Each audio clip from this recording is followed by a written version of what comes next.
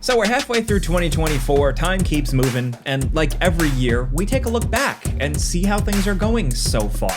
We've talked about the best games of 2024 in this first half, but now we gotta talk about some of the most disappointing so far. We got 10 games, so let's get started off with number 10. It's South Park Snow Day. Now, before South Park, The Stick of Truth came out and ended up being one of the best TV show to video game adaptations of all time, there was 1998's South Park. This was like this weird little miserable first-person shooter where you throw snowballs at turkeys in really weird, bleak environments. This game was notoriously terrible. So now, even though South Park Snow Day is meant to be a follow-up to The Stick of Truth, it's really more like the first-person shooter from back in the day. It's boring, it's empty, and it barely is even funny. Even though they're wearing the costumes and for some reason continuing the story from the last two actually good South Park games, this one is not an RPG, and it has pretty much nothing to do with those old games. It's like the video game equivalent of Stolen Valor. I'm dead. Move. Eat. Raw. Too rough. Look, Cartman is dressed up like a wizard. This is gonna be good, you might say if you played Stick of Truth, right? No, this is boring. You're just running through these dull levels, engaging in some really lifeless, forgettable combat. Now, it's more fun with friends, but I mean, you could say that about anything at this point. Watching paint dry is more fun with friends. The game just isn't good enough. It's like they even took a step backwards with the graphical style. They figured out how to make a South Park game look like the South Park show, and then with Snow Day, they went back on all that and made weird fully 3D graphics. I don't know what the idea was with this one, but it was a bummer for South Park fans for sure.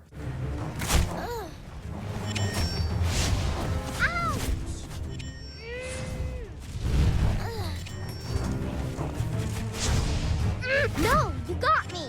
Next, over at number 9, we have Silent Hill: The Short Message. This is a free game. It was released for free. How can that be disappointing? Well, it is. It managed to find a way. It's been 12 years since we've actually gotten a real game in the series, I think.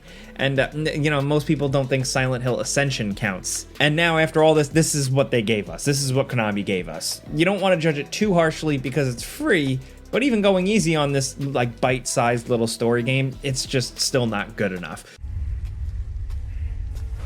Maya?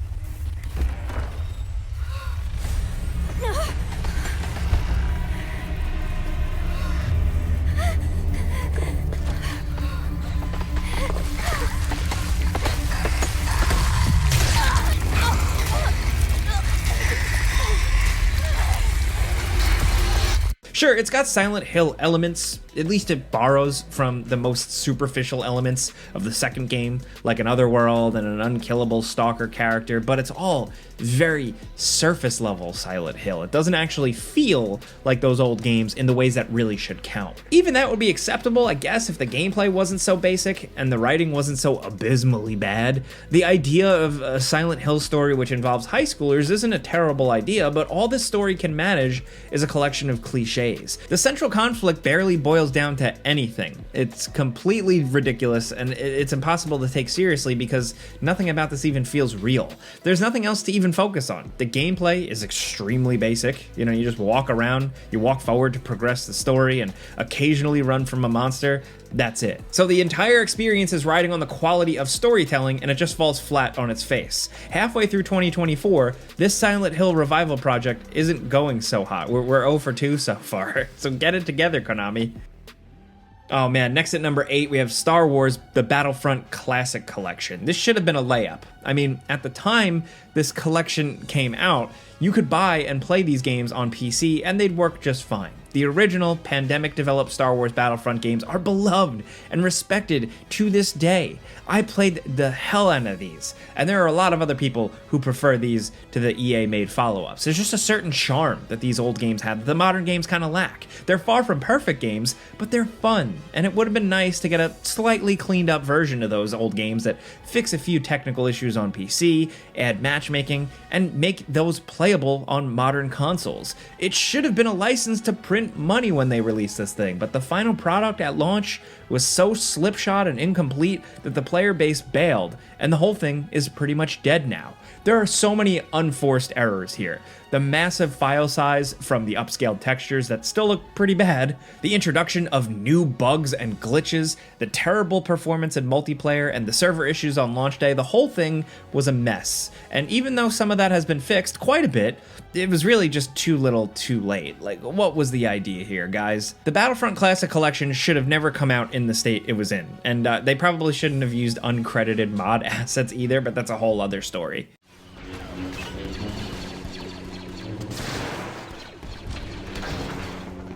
Next over at number 7, this one's interesting. It's Homeworld 3. This one it was a very long time coming. Homeworld 2 released way back in 2003.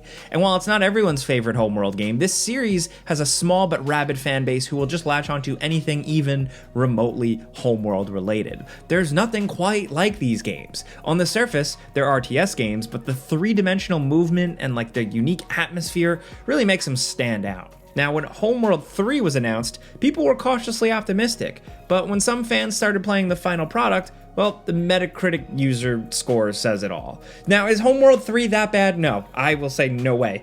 It's not going to end up on any like worst games of the year lists or anything like that, but it is disappointing for some, and that score is more reflective of that. Many gameplay features that work just fine in the original games are not working as well in this one. The default unit scaling is bizarre, pathfinding can apparently be pretty messy, units won't really quite do what you want them to. In some aspects, it just feels like a little bit of a step down from a game that came out more than 20 years ago, and the story, unfortunately, is just not worth it. It is not great. Take all the worst things about StarCraft 2's writing and multiply them here. It's just a storm of cheesy characters and cliched writing, which is wild because we already have a modern game that's much closer to the style and atmosphere of the original Homeworld games. It's Homeworld Deserts of Karak. Now, that game more or less nailed what people wanted out of a Homeworld game without being set in space. So what went wrong here? Until we get some kind of post-mortem, it's impossible to say. If you're not a huge Homeworld fan and can look past some iffy gameplay spots and bad writing, then again, it is not a terrible game. But for some of the really hardcore Homeworld people who were literally still playing Homeworld 2 right up until this point, those people are disappointed. Now over at number 6, we have Foam Stars. This hollow attempt to mimic Splatoon actually had some promising ideas and could have been a fun alternative to people who were getting tired of playing as a squid who was also a kid. But the lack of creativity in the game modes and frankly the absurd amount of microtransactions and stuff just kind of made this one a wash. Where Splatoon is unique and characterful, Foam Stars feels bland. It feels like corporately mandated fun with flat Fortnite-like characters running around these dull, sparkly arenas. And for some reason, even though you're explicitly not squids, who are kind of famous for releasing ink, your characters in this game have a mysterious power to generate foam? Like they literally can have foam generate from their bodies. That is the lore. Look it up. Like, why make it exactly like Splatoon when there's no reason for it? Just make it like they just have foam guns. That's it. Like, what the hell's going on here? The gameplay is very Splatoon-like with a bit more surfing, but like you're covering the walls and floors in foam. Characters can move quickly through it. Your color is better. You can move around more, and when you're in an enemy's color, you move around slower. The only significant difference is that the foam can actually be layered, so you can kind of make makeshift hills and cover and towers, which is one of the very few interesting ideas the game has.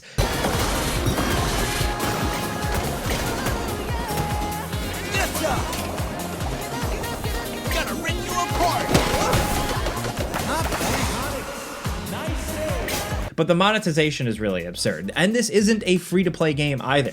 There are some microtransactions that cost more than the game. These types of games need a hook to really rope people in. There needs to be something that stands out, or at the very least, they need to do something better than every other game out there, or who they're competing against.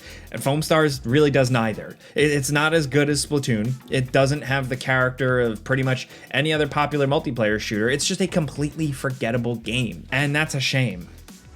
Next, over at number 5, Endless Ocean Luminous. Now, if you're a Nintendo fan, this actually had some real hype behind it. It was revealed in the February Nintendo Direct Partner Showcase and was the premiere trailer. It was the last one shown, which is usually reserved for something pretty big. Even if you don't care about the Endless Ocean series, the trailer and its placement got some people's attention. So it's disappointing just how kind of, mid-tier, mediocre the final product ended up being. The concept is great, sort of like a more exploration-oriented Subnautica, but the execution is fatally flawed. Here's the one thing that sunk this game. It's randomly generated. So the environment you explore is different every time you go back to it, which is supposed to make it endlessly interesting, but sometimes it doesn't work. Here, it had the opposite effect. Nothing is handmade, nothing really feels like it has any purpose behind it, so it just feels like a jumble of assets in the middle of an empty-looking ocean.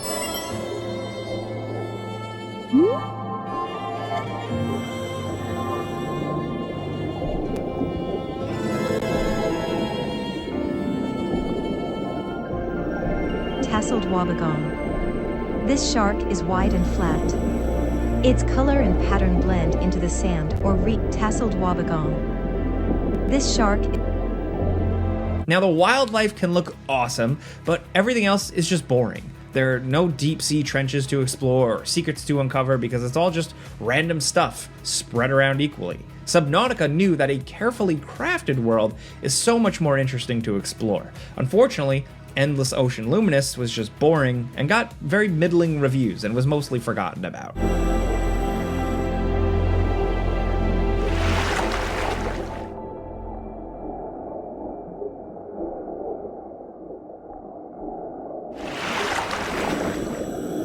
Next, over at number 4, War Hospital. Now, you may not have heard of this one, but there was actually a decent amount of excitement around War Hospital. The trailers were pretty slick, and the concept is a good one. It's a management game where you control a hospital during World War I. Come on. You got limited resources and a seemingly endless line of patients who need your help. There's potential there for a bleak but rewarding experience. Kind of like a This War of Mine or Frostpunk mixed with Theme Hospital. What we got was a glorified mobile game full of bugs. That's kind of harsh, okay?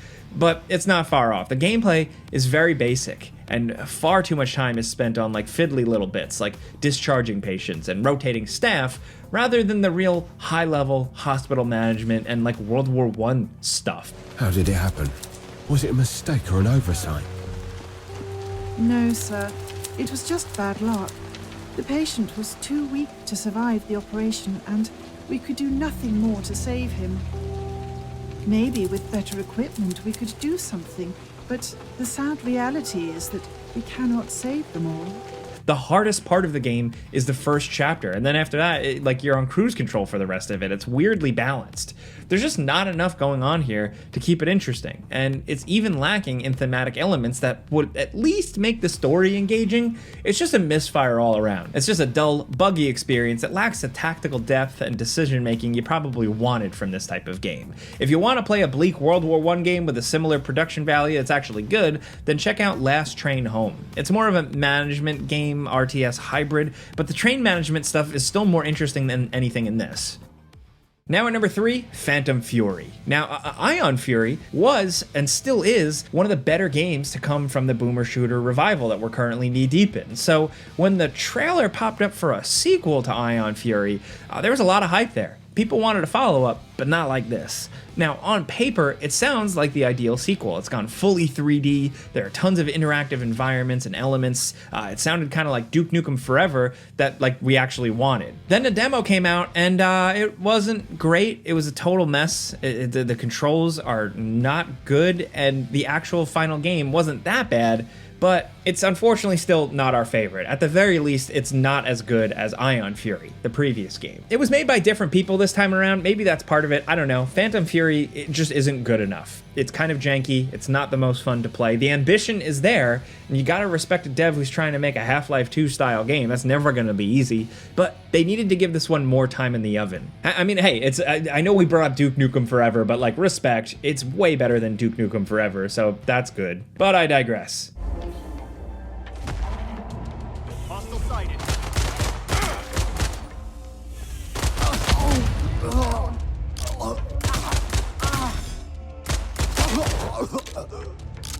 Next, down at number 2, Skull and Bones. Sure, I know we've been like laughing at this one for years, kind of like rubbing our mitts together, reveling in every delay and piece of bad news coming out of the studio that was making it. Just like, we all joked that this was never gonna come out, or it was like a huge, like Ubisoft was just burning money. But I gotta say, there were some people out there who were legit excited about this game. They just wanted a new pirate game to play, something to scratch that Assassin's Creed 4 Black Flag itch, and an alternative to something like Sea of Thieves. Personally, I was still hoping for the best with this one, because I love pirate games. There aren't enough of them. But, unfortunately, right from the start, this thing was designed to disappoint. A new Ubisoft pirate game, but you're just the boat, and you only control your character in small, non-interactive, floaty towns and little islands where you collect the treasure and just do multiplayer live service stuff.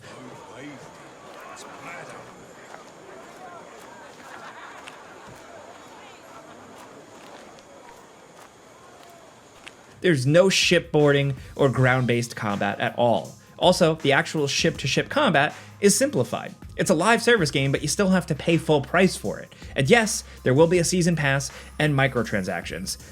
Are you excited yet? That is the pitch. There's not really anything good. And I would say expectations were rock bottom for a lot of people, but the final product was still disappointing. It wasn't unplayable or anything, and some of the combat mechanics and weapon designs were smooth, but the fun factor just wasn't really there. There's no sense of adventure or excitement, just boring fetch quests and your usual games as a service bloat. It's playable, but it's not engaging, which is kind of a problem for something that is supposed to be a forever game that's meant to, monopolize your attention. As a live service game, this fails. As a regular game, I think it fails too. It's not a total disaster. I think it found a little bit of an audience, and you never know, Ubisoft might support it long term and blow it up into something like a For Honor or a Rainbow Six Siege, but for us, it's not a disaster. Like, it's like not like a bug-ridden mess. It's just not a very fun game.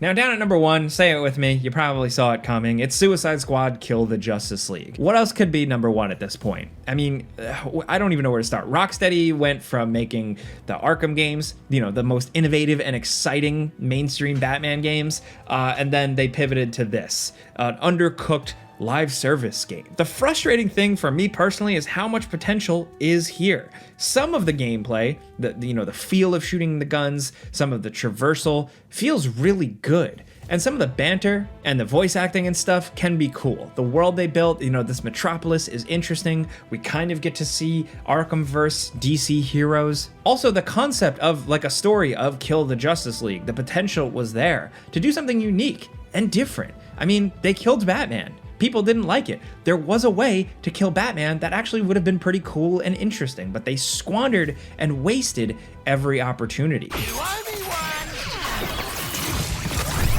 Hope we don't have to put this prick back together to scan him.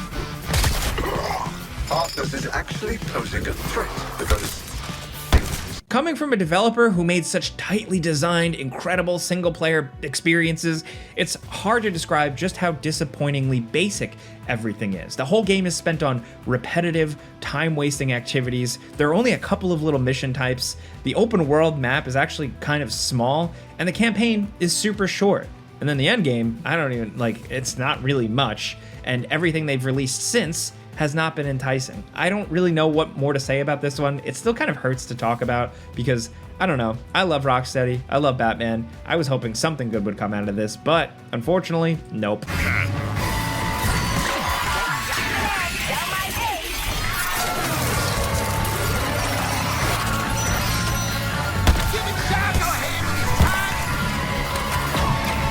up on bits! one hit the cannon with him. Before we go, I also got a bonus for you. It's super normal. This was inspired by Allison Road, a game that looked awesome, that was inspired by PT. There was some legitimate interest about this game around the time it came out in early 2024, but it's not exactly what people expected. It's not very good, and there's a big reason why.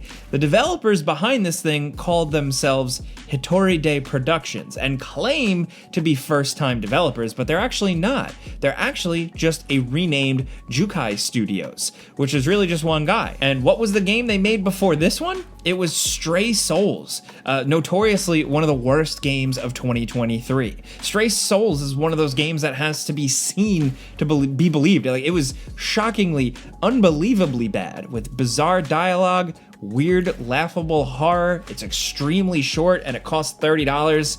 It was rough. So that explains so much about why Super Normal, unfortunately, also is not good. It suffers from a lot of the same problems, but it's just more boring bad rather than funny bad. If everybody knew that this thing came out from the same people that made Stray Souls, nobody on the planet would have even been interested about this. So the developers just like changed their name, I guess, to fool people. But hey, an absolute bummer. Once again, another spiritual successor game inspired by PT falls flat on its face. Will we ever get anything like PT again? I don't know for sure. That's it though. Those are 10 games that were disappointing from the first half of 2024. Now, again, not all of these games are the worst games ever, but they were disappointing for a variety of reasons. And then, of course, we had some real stinkers like South Park Snow Day or Suicide Squad Kill the Justice League. So let us know in the comments your thoughts, your picks for disappointing games. If you like this video and you just like talking games with us every day, clicking the like button helps us out. That's all you really gotta do. But as always, thanks for watching, and we'll see you guys next time.